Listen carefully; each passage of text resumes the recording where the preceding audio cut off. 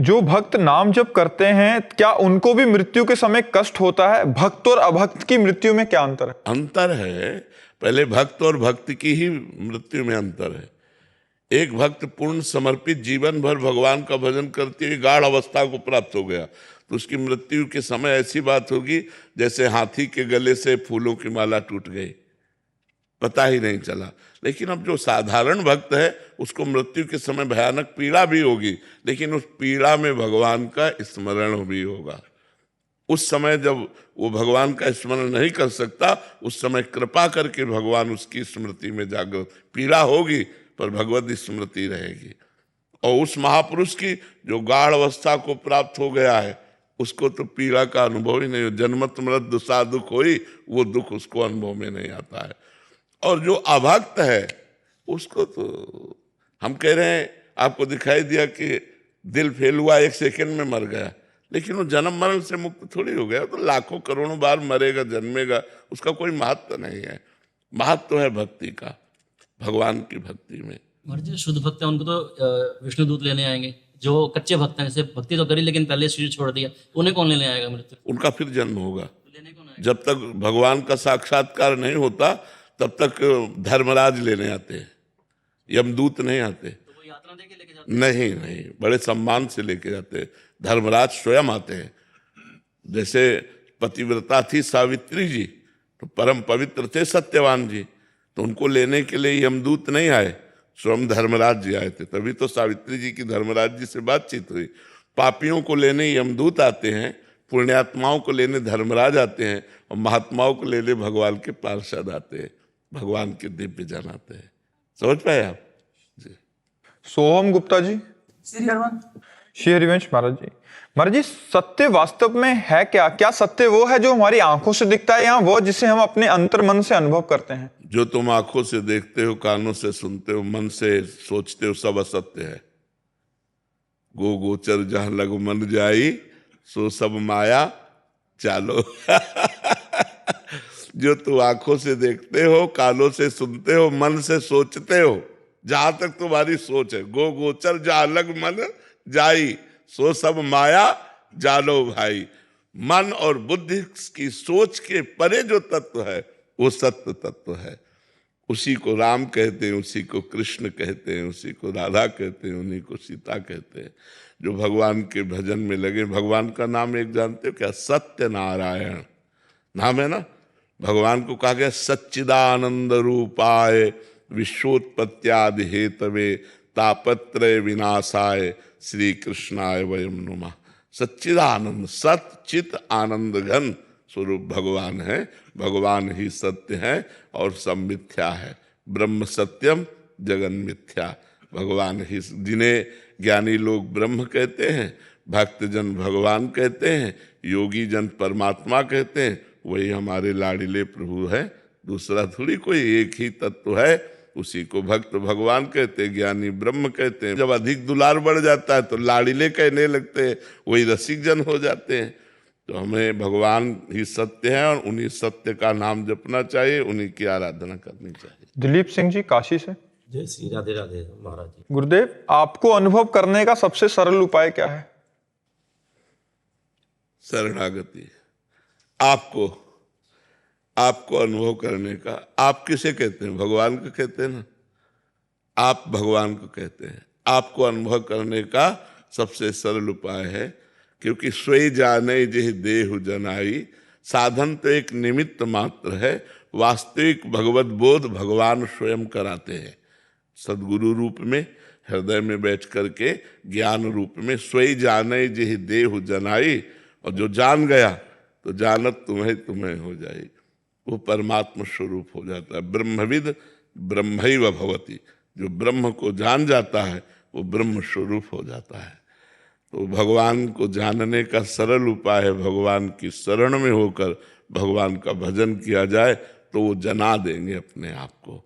हम साधन के द्वारा तो नहीं जान सकते, पर वो हमको जना देंगे, ये पक्की बात है जी। महाराज जी, वही हम टीवी में आपका एक बार देखे थे, न्यूज में आपकी तबीयत का महाराज जी, तो बहुत हम विचलित हो गए थे। हाँ, कभी कभी देखा महाराज जी, पद यात्रा महाराज जी के यहाँ आप जा रहे थे जी, तो देख के आत्मा बहुत जी। सुकून मिला। हाँ, कभी कभी तन जो है ना ये किडनी रोग से ग्रसित है तो ये कभी कभी ज़्यादा परेशान करने लगता है, डाउन हो जाता है, पर चलता है, भगवान की कृपा से सब ठीक चल रहा है। और देखो ये ठीक हो कि ना ठीक हो, अगर मन भगवान में लगा है तो सब ठीक है। बहुत स्वस्थ शरीर है और मन विषयों में लगा है तो कल्प तक जीवे तो क्या फायदा, और 2 दिन जीवे और भगवान के चिंतन में जीवे तो वही जीवन जीवन है, नहीं तो और जीवन मृत जीवन है। जिन हरि भगत हृदय नहीं आनी, जीवित सब समान त्रिप्राणी। जिसके हृदय में भगवान की भक्ति नहीं है वो जिंदा मुर्दे के समान अपवित्र है। जैसे मुर्दा अपवित्र नहीं माना, वो जिंदा अपवित्र है। वो जिसके हृदय में भगवान का भजन नहीं, भगवान का चिंतन नहीं, वही गंदी बातें, वही पापाचरण, वही संसार प्रपंच, वही है मुर्दा। जीवित तो वो है जो भगवान का नाम जप कर रहा है। गोस्वामी जी कह रहे जीवित का स्वरूप क्या है, जो भगवान में जुड़ा हुआ है।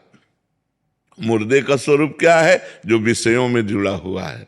मरा हुआ व्यक्ति वो है जो विषयों का भोग करके अपने को सुखी मान रहा है, और जीवन उसी का धन्य है जिसने अपने जीवन को भगवान से जोड़ दिया, भगवान के नाम रूप लीला धाम से जोड़ दिया। वो धन्य धन्य हो गया, वो कृतकृत्य हो गया। रेणु सिंह जी दिल्ली से। राधे राधे महाराज जी। महाराज जी, हम आत्मा का परमात्मा से मिलन की बात करते हैं, ये कैसे होता है महाराज जी? इनका संबंध क्या है, आत्मा और परमात्मा का? एक शीशा रख लेते हैं सामने, तो एक प्रेमानंद से दूसरे प्रेमानंद का मिलन कैसे होगा? 2 प्रेमानंद दिखाई दे रहे ना, तो जिसे आप आत्मा कहते हैं वही परमात्मा है, जो परमात्मा है वही आत्मा है। लेकिन जो 2 प्रतीत हो रहे हैं उसका कारण शीशा है, दर्पण है बीच में, उसे हटा दीजिए, अब एक प्रेमानंद रह गया। तो देहाभिमान रूपी दर्पण में वही परमात्मा अपने को भूल करके वो जीव रूप हो गया। तब ते जीव भयो संसारी, छूटी न ग्रंथ न भयो सुखारी। जब से वो अपने आप को भूल करके स्त्री मानने लगा, पुरुष मानने लगा, मन और इंद्रियों के द्वारा विषयों का सेवन करने लगा, तब से अपने स्वरूप को भूल गया। हम सबका स्वरूप एक ही है, भगवत स्वरूप, ईश्वर अंश, जीव अविनाशी, चेतन अमल, सहज सुख राशि। सहज सुखमय हमारा स्वरूप है। शंकर सहज स्वरूप समारा, तो लाग समाधि अखंड पारा।